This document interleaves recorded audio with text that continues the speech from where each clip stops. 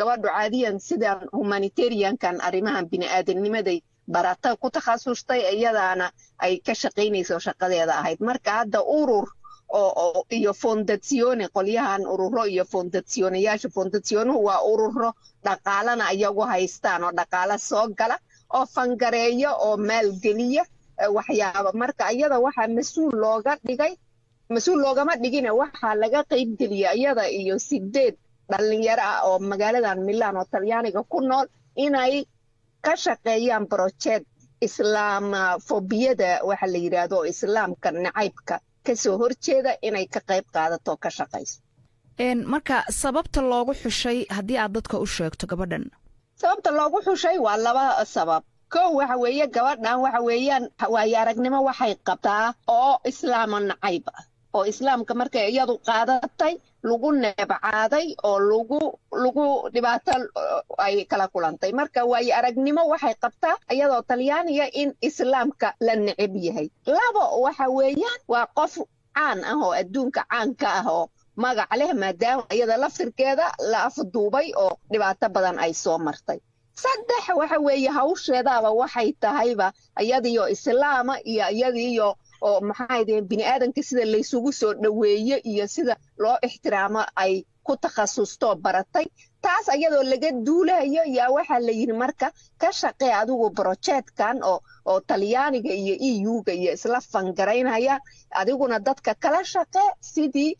maaragtay bini'aadanka la isugu soo dhaweyn lahaa islaamka nacaybkiisana looga fogaan lahaa marka islaam nacaybka siduu ka yahay Talyaaniga haddii aad sharaxaad inaga siiso islaamka Talyaaniga caadiyan laba dhinac markii loo fiiriyo caadiyan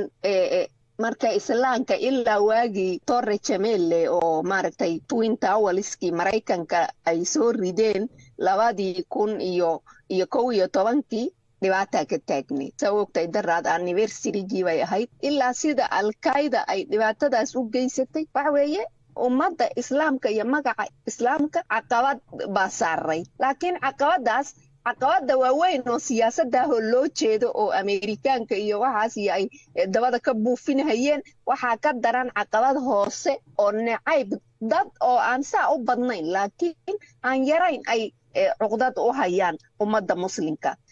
reer Yurubka iyo Westernka aad uga dhacay Faransiiska ka dhacay Ingiriiska ka dhacay Holland ka dhacay Jarmalka ka dhacay Talyaanigu ilaahay wadamada uu ka badbaadiyay buu ku jira oldo foreign fighters badan oo Syria iyo ka dagaalamo Talyaani xataa cadhu uu jiro marka caqabadahaas oo dhan yaa waxay keeneen in muslimkii laga cabsado haddii aan dhageystayaasha dib u xusuusino bal maxaan ka naqaanaa horta gabadhan abayo gabadhanayto Silvia Romano sida loo ogyahay baa Soomaaliya